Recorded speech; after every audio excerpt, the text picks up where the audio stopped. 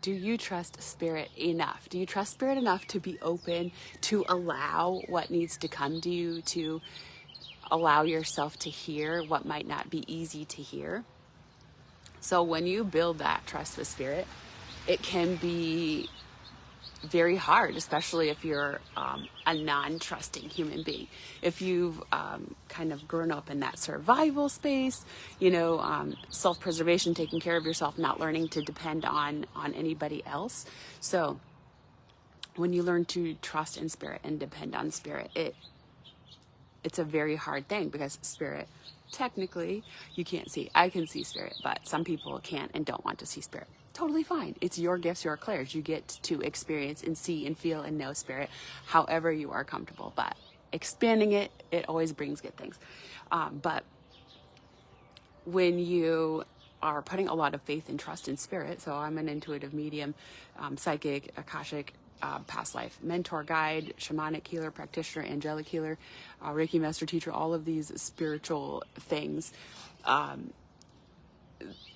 I fully rely and trust in spirit, and that is a practice. It takes time to learn to trust spirit. So, how do you build that trust with spirit?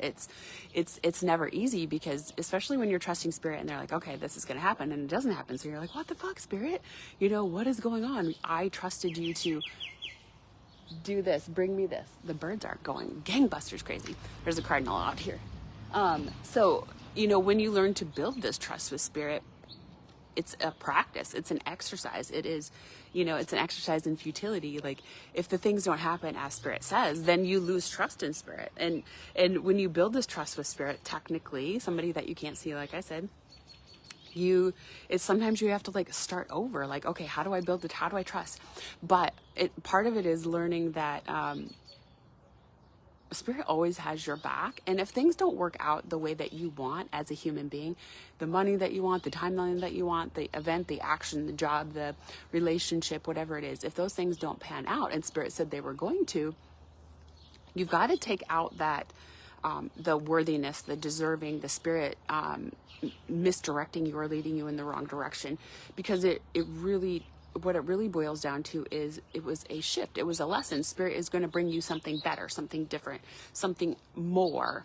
But as long as you let it kind of play out and happen. So if you try to, as your human self, hit back into that survival mode, the control, the takeover, then you're not going to get what could be coming to you, which is, the openness, the expansion, what is available for you, what spirit was working on bringing you now has shifted, because you use your free will choice, and you've chose to shift that timeline, that event, that occurrence, whatever it is. So does that mean it's going to redirect it and turn it to shit? No.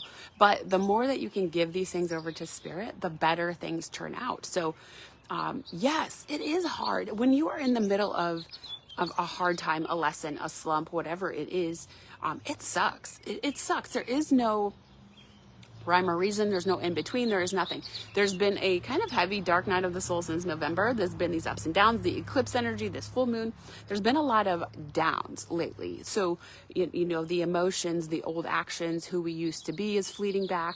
Our doubt, our fear, our worry, those survival techniques and tactics that we've created for ourselves to protect ourselves in our lives. A lot of that stuff has been fleeting and coming back. So, how do you maintain faith in life and spirit when all of these things are challenging, difficult, hard, whatever it is? It's a practice. Every single day it's a practice to give it over to spirit.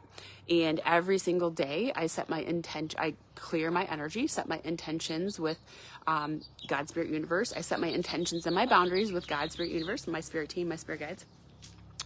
And then we protect my energy, protect my boundaries, protect spirit knows what I'm wanting, what I'm calling in, what I'm trying to do for that day and in life in general. And I let spirit do the work. So I just give shit over to spirit. You need to allow yourself to receive from spirit, allow spirit to guide you, allow spirit to put you on the path where you're supposed to be. You've got to take your fucking human control freakness out of it, because the more you can pull back your human control freak nature, your survival instincts, this is what we learn at a very young age. I learned it at a very young age, to survive, to protect myself at all means, protect myself in all ways, shapes, and forms. So when I did take and replace today,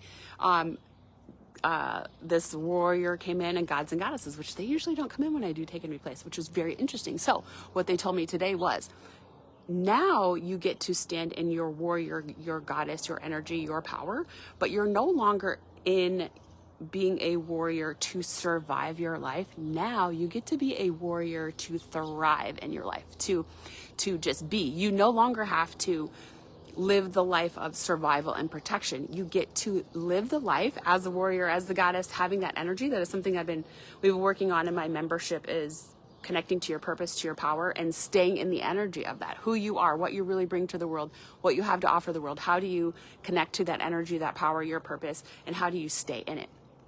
And that was what in take and replace that I was doing for myself today. The warrior that came forward, I was a little nervous at first, but and then the Serenus, he is the kind of forest protector, and then Freya, she's kind of an elemental witch, which was very interesting to me that they came in. So she kind of activated me in a new way, and how they presented it to me was, you no longer have to be the warrior, the protector, the whatever, but now you get to instead of survive, you get to thrive. You get to use this warrior goddess energy, and you get to live in a whole different way. Instead of protecting, now you get to. So you also get to have that connection. You get to create that connection with God, Spirit, Universe, with your abilities, with your gifts, how you're helping people. What do you want to do? Do you, I don't want to say it like this. Do you want to just heal people? It's not just healing people. Do you want to help people heal? Do you want to help people grow? I like to be like the intuitive ascension mentor. So, your past lives in this life and multidimensionality and expanding your gifts and abilities, coming into your purpose and your power, staying in your purpose and your power, growing and expanding your modalities in your business. That's where I thrive, and that's what I love to do. And there is a lot of healing that is intermingled in that, but that is not really when I talk about, I don't really focus on your healing, because that's just kind of part of what I do. But you get to come and present and be in the world, but you have to know your power. You have to know what you offer the world. And that shifts and changes. Right now, in this moment, maybe you just do Reiki on people, and that's okay, but it's going to expand and grow over time. I'm a Reiki Master Teacher. I don't use Reiki anymore. I use light language, galactic beings. I use a variety of other things. I don't use Reiki. I can teach Reiki and attune people to Reiki. I think it's a great way to jumpstart your spiritual and intuitive gifts and abilities, but I don't use Reiki anymore. It's just not what calls to me. So I'm still a Reiki Master Teacher. I just don't use it. And as your gifts and abilities grow, you get to blend your modalities. And when I work with people privately over that year's time, we really enhance your gifts and abilities, connection to past life, healing through past lives for yourself. So your own personal healing, and you're expanding into the multidimensionality, connecting to spirit easier, faster, funner. You get to have that connection, and you get to be very open. Like today, when I did my take and replace, there was a warrior. I was a little nervous at first, but then it was Serenus and Freya. They've never come in from me before, ever. So I'm just open, and that's how I mentor. That openness, that multidimensionality. What do you need? Where do you want to be? How are you going to get there? So over that year that I work with people, we fucking blast open their gifts and abilities. We use a variety of things, but connecting to past lives, healing through past lives. But then you're also enhancing yourself and your business. And at the end, the last few months of that, we start really blending your modalities into kind of your signature, who you are, what you do, pieces and parts that you do like, don't like, whatever it is. We just kind of enhance and grow your business. Because we're blending your modalities. We're allowing you that safe space to blend your modalities. So a lot of us, when we're out here, like I said, I'm a Shamanic Practitioner, Reiki Master Teacher, Angelic Healer, past life, guide, mentor, healer, creator, all of those things of the Akashic Records, intuitive medium, psychic, whatever you want to call yourself. God, there's a whole bunch more in there. I don't even know. There's a whole bunch of spiritual modalities on top of my bachelor. I have a bachelor's degree, an associate's degree. Like, there's tons of things that life coach I'm certified in. But the reality is, it's how you use your gifts and abilities and how open you are. I'm very open to spirit. I never, ever am worried about what spirit comes in, because A, I only allow things for my highest and best good, and B, if something comes along or I'm healing or doing something for somebody else, student, client, whatever, I'm not worried about what I come across, because I can get rid of it. I can remove it. I know. And that is the level of where my gifts and abilities are. I have no fear. I know whatever comes in is for my highest and best good. Or there's a lesson. What am I supposed to understand about this? Why is it coming in? Why is it being presented? And you just get to the bottom of it and the roots of it. And that is where your power comes in. Like, as a former control freak, a survival person, somebody who learned to survive from the age of like 3, 4, 5, uber control freak, like every element and aspect of my life I controlled. Severe panic and anxiety attacks from fucking 2 or 3 years old. I remember them starting. Like, I don't have that stuff anymore. So I got to heal on a fucking super powerful level, and to not have to be in control of everything, to have mental freedom, to no more, I don't have the mind fuckery, the constant panic attacks, anxiety attacks, depression, overwhelm, overload. It's so fucking freeing. It's crazy, but it takes practice every single day. So, you have to have very solid and strict energy clearing, intentions, boundaries, and protection every day. And that is the number one thing that's going to like enhance your ability to connect to spirit, feel confident, not have the fear, not have the doubt, not have the worry. Because if you're constantly mind fucked, you're fucked. Your doubt, your fear, your ego, your best friend is going to constantly be interfering in your ability to connect to spirit, to feel solid in your connection to spirit, to feel like what you're getting from spirit is accurate, or whether you're doing Reiki, an intuitive session, tarot, oracle, whatever the fuck it is you're doing, your confidence in what you are doing, what you're bringing forward is going to be shit. It's going to be, like I say, in and out. It's going to be like your Wi-Fi when it goes in and out. It's going to be, ooh, this feels really strong. But then you have a little bit of doubt, a little bit of fear, a little bit of whatever. Boom, it's going to shut it off. So you have to learn to figure out, how to calm the mind fuckery. And that's something that, that I always focus on. Whether you're in my membership, whether you just do a soul alchemy session with me, whether you do private mentoring with me, my past life programs, doesn't really matter what you do with me. Mind fuckery is a big part of it, and that's something that you have to figure out. Where is your mind fuckery fucking with you on a regular basis? So, having that connection and that purpose and who you are and what you want to do and all of those things is very powerful, is very important. Like I said in my take and replace today, the big thing that Spirit brought through was you no longer have to be the warrior to survive your life. Now you get to be the warrior to exude and be present and to do all of the things in life. So now I don't have to be the warrior anymore, because I used to be the warrior every day to survive my life. I was just numb. And in Spirit's, how they told it to me today when I was doing take and replace. Spirit takes out whatever is fucking up your soul and they replace it. It's usually been angels, which is very interesting to me, that today it was a warrior, Serenus, kind of the forest god protector, and Freya, like an elemental witch. So it was very interesting that they were the ones to come in today, but that's what I needed. So whatever I need is what happens. And when I work with people, students, clients, whatever, it's the same thing. Who do they need? I don't give a fuck if you want to hear from grandma. If grandma doesn't come forward, that is not who you need. So that's just how I operate and how I work with spirit. I want spirit to bring forward the shit that you need, the shit that you want, the shit you need to hear that you probably don't want to hear, that is going to come from me. And I always do it in a loving way. But the reality is, you're not going to make progress. You're not going to have your gifts and abilities enhanced if somebody's fucking light and fluffy pussyfooting around what you need to hear. And the reality is, we need to hear the harsh things. And I don't ever say it mean or harsh or hurtful. It's more in the way of, you're standing in your own way. You're holding yourself back.